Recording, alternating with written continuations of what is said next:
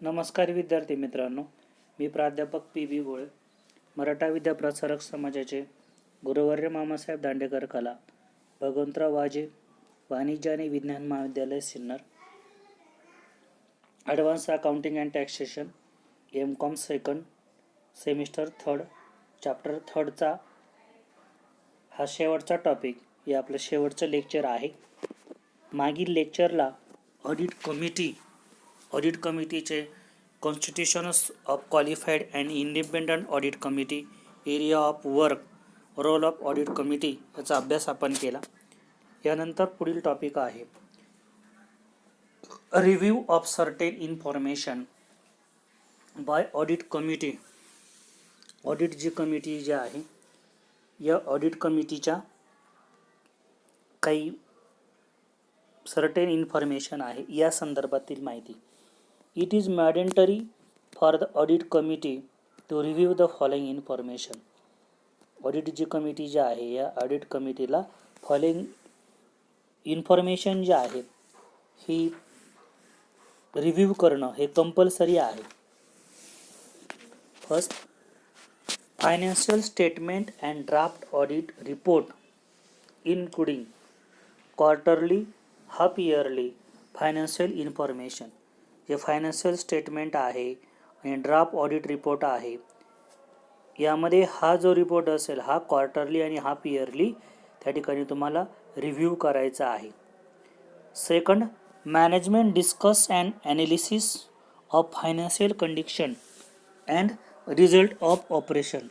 मॅनेजमेंटचं discussion जे आहे financial analysis संदर्भामध्ये ज्या काही कंडिशन असतील, रिझल्ट असतील, याचा देखील या ठिकाणी रिव्ह्यू करावा लागतो. Third one, report relating to compliance with laws and its risk management. Relating compliance with the laws and risk management.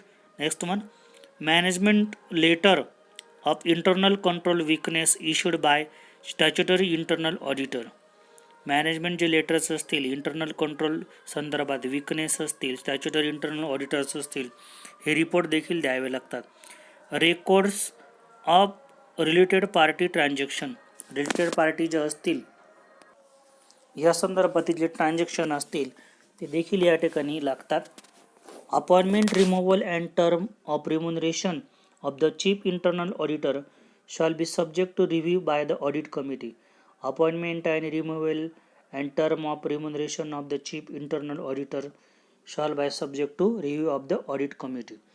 Next one आहे, from the above discussion it can be said that the audit committee of any board, like the central fulcrum of the management, while is imperative have audit committee to ensure good corporate governance, it is also true and one cannot think or corporate governance without function of audit committee. म्हणजे above जी discussion आपण केलंय, it can be said that the audit committee of any board, प्रत्येक बोर्डची जी audit जी committee आहे, is like central fulcrum of the objectment. Central जे ऑडिट आहे यांना फ्लक्रूम करणं किंवा त्यांना इन्फॉर्मेशन देणं, मदत करणं. While it is a imperative have audit committee. Audit कमिटीचे जे ही इम्प्रिमेटिव्ह आहे, इन्श्युअर गुड कॉर्पोरेट गव्हर्नन्स. यामुळे चांगलं गुड कॉर्पोरेट गव्हर्नन्स त्या इम्प्रिमेटिव्ह करतात. It is also true that one can not think of corporate governance without function audit committee.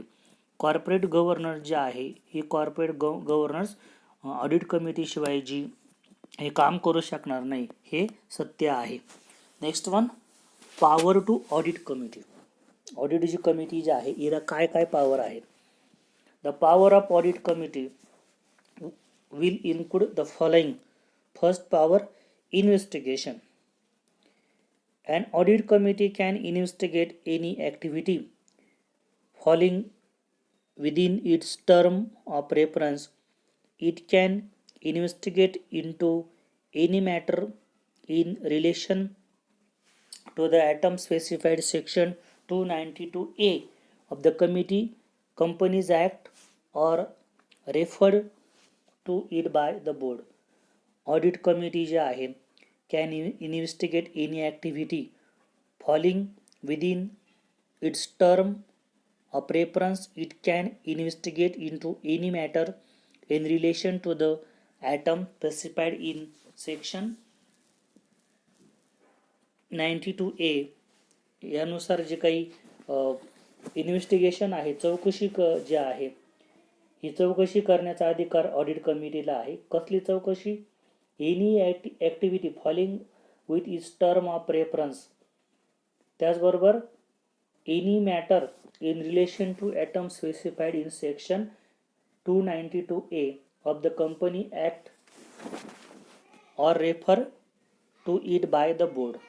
Information. Second, it has power to seek any information from any employee. त्यांना प्रत्येक जे employee जे आहे, या एम्प्लॉईचा जो power to sick आहे, हा check करण्याचा अधिकार आहे किंवा बघण्याचा अधिकार आहे. सीक एम्प्लॉई संदर्भात आपण चर्चा केली होती.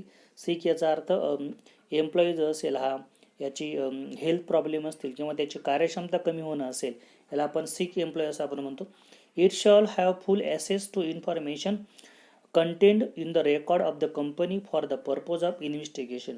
आणि कंपनी जे आहे यांनी जे काही सीक इन्फॉर्मेशन आहे एम्प्लॉई संदर्भातील, याचं जे संपूर्ण रेकॉर्ड जे आहे, हे इन्फॉर्मेशन पर्पजसाठी किंवा चौकशीसाठी त्या ठिकाणी ठेवलं पाहिजे. Legal or other active on audit committee can obtain legal or other professional advice from outside source if necessary. Audit committee जे असते, लीगल आणि अदर काही प्रोफेशनल ॲडवाईसची जर गरज जर पडली बाहेरच्या, तर त्याचे सोर्स जे आहे इफ नेसेसरी असतील ते देखील प्रोव्हाइड करत असते. Last one, investigation for attending meeting. If necessary, it can invite outside with relevant expertise to be present at its meeting. हे सुद्धा आवश्यक आहे की ज्या आउटसाईड मीटिंगसाठी इन्व्हाइट केलेलं आहे, त्यामध्ये जे रिलेव्हंट एक्सपर्टज असतील यांनी या मीटिंगला प्रेझेंट असलं पाहिजे. यानंतर शेवटचा आपला मुद्दा आहे CEO आणि CFO. CEOचा अर्थ मी सांगितलेला आहे, चीफ एक्झिक्युटिव्ह ऑफिस आणि chief financial officer. Chief executive officer आणि चीफ फायनान्शियल ऑफिसर हे कंपनीचे प्रमुख असतात. या संदर्भात जे काही रेग्युलेशन्स आहेत ते आपल्याला यामध्ये बघायचे आहे. The governance landscape has been invariably changed over the past few years. Reform in the regulatory environment have a set high standard for public companies to fulfill more than ever before. The onus is on companies and their executive, particularly CEOs and CFOs, to ensure that the financial reporting is transparent and accountable. It has become important to enforce corporate governance to protect investors' interests. The SEBI has added a new clause 49 to the listing agreement. Part 5 of clause 49 contain the requirement CEO FO certification. It is also follows. यामध्ये CEO CFO सर्टिफिकेशनची माहिती आपण घेत आहोत. The governance landscape has been irrevocably changed. Government जे आहे याचे अनेक प्रकारचे ज्याला आपण लँडस्केप किंवा नियम जे म्हणतो, ह्यामध्ये चेंज होत आहे. Over the past few year, काही वर्षापूर्वी, referring to regulatory environment have a set high standard for public companies to fulfil. विभिन्न प्रकारचे जे काही रेग्युलेटरी इन्व्हायरमेंट होते, जे हाय स्टँडर्ड पब्लिक कमिटीसाठी वापरले जायचे. More than ever before, the onus is on companies and the executive, particularly CEO and CFO, to ensure that financial reporting is transparent and accountable. यानुसार जे काही CEO आहे, CFO आहे, यांचे जे फायनान्शियल रिपोर्टिंग जे ट्रान्सपोर्ट असतात हे अकाउंटेबल असतात आणि यानुसार जे काही विभिन्न प्रकारचे जे काही एव्हर ओनर्स जे आहेत हे यामध्ये जे काही बदल आहे यामध्ये झालेले दिसून येतात. It has become important to enforce corporate governance to protect investor interest. या माध्यमातून जे CFO आहे किंवा CEO आहे हे कॉर्पोरेट गव्हर्नरच्या माध्यमातून इन्व्हेस्टरला प्रोटेक्ट करण्याचा प्रयत्न करतात. The SEBI has added a new clause. यामुळं SEBI जे आहे या संस्थेनं 49 हा न्यू क्लॉज टाकला ऑफ द लिस्टिंग ॲग्रीमेंटसाठी. Part 5 of clause 49 contain the requirement of CFO certification. It is as follows. कंपनीचे जे मूळ चीफ एक्झिक्युटिव्ह ऑफिसर असतात किंवा चीफ फायनान्शियल ऑफिसर असतात यांच्या नियुक्तीच्या संदर्भामध्ये कंपनी कायदा 1956 नुसार क्लॉज 49 पार्ट 5 हा कंटेन यामध्ये आहे. यानुसार CEO आणि CFO यांचं सर्टिफिकेशन केलं जाते, यांची रिक्वायरमेंट केली जाते. त्या संदर्भामध्ये काय नियम आहेत ते आपण बघणार आहोत. First, review of financial and cash flow statement. The CEO आणि CFO have to review the financial statement and the cash flow statement of the company. म्हणजे जे काही CEO आहेत हे कंपनीचं जे financial statement and cash flow statement of the company of the particularly accounting year, प्रत्येक accounting इयरमध्ये after reviewing them they have to certify that a statement do not contain any materiality nature statement or omit any material fact or contain statement that might be misleading. एखादा काही content यामध्ये मिसलेंडिंग झालेलं असलं किंवा त्यामध्ये काही सर्टिफिकेशन्समध्ये काही कंटेन त्यामध्ये मटेरियलिटीचे अब्सेन्स असले, they also have to certify that this statement together present a true and fair view of the company affair and are compliance with the existing accounting standard, applicable law and regulations. म्हणजेच थोडक्यात यामध्ये जे CEO किंवा CFO आहेत यांना कंपनीमधले जे विभिन्न जे स्टेटमेंट असतात याची चौकशी किंवा चेकिंग यामध्ये त्यांना करून घ्यावं लागतं. त्याचबरोबर विभिन्न प्रकारच्या ट्रू अँड फेअर जे अफेअर्स असतील या देखील चेक कराव्या लागतात, जेणेकरून एक्झिस्टिंग अकाउंटिंग स्टँडर्ड असतील, ॲप्लिकेबल लॉ आणि रेग्युलेशन असतील, या सर्व संबंधांची खात्री ही सर्टिफिकेशन करत असताना कंपनीमध्ये व्यवस्थित आहे की नाही याचं चेक यामध्ये त्यांना करावं लागतं. सेकंड आहे certification about transaction. The CEO CFO have to certify that the best their knowledge, त्यांचं जे नॉलेज आहे, and belief no transaction entered into by company during that year which fraudulent, illegal आणि violating on the books code of control. त्यांना हे देखील check करावं लागेल कंपनीचे जे काही विभिन्न प्रकारचे ट्रान्झॅक्शन्स आहेत या ट्रान्झॅक्शन्समध्ये काही फ्रॉडलंट आहे का, म्हणजे काही भ्रष्टाचार केला का, इनलिगल आहे का, violating of the books code of control, जे काही बुक्स आहेत यामध्ये काही व्हायोलेटिंग तयार होत आहे का हे देखील त्यांना चेक करावं लागतं. Next one, responsibility. They have to certify that they accept responsibility for establishment and maintaining internal control and those they have evaluated the effectiveness of the internal control system of the company. कंपनीची internal control system आहे, responsibility आहे, maintaining internal control आहे, याचं सगळं evaluation जे आहे इफेक्टिव्हनेसचं ते देखील त्यांना करावं लागतं. They also have to specify that they have disclose to the auditor and the audit committee deficiency in the design or operation of the internal control, if any, of which they are aware a purpose to take to certify deficiencies.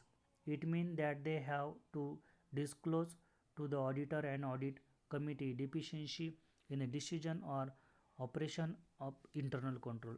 या विभिन्न प्रकारच्या जे responsibilities आहे, जसं की आपण म्हटलं की they have also certify that they accept responsibility for establishment and maintaining internal control.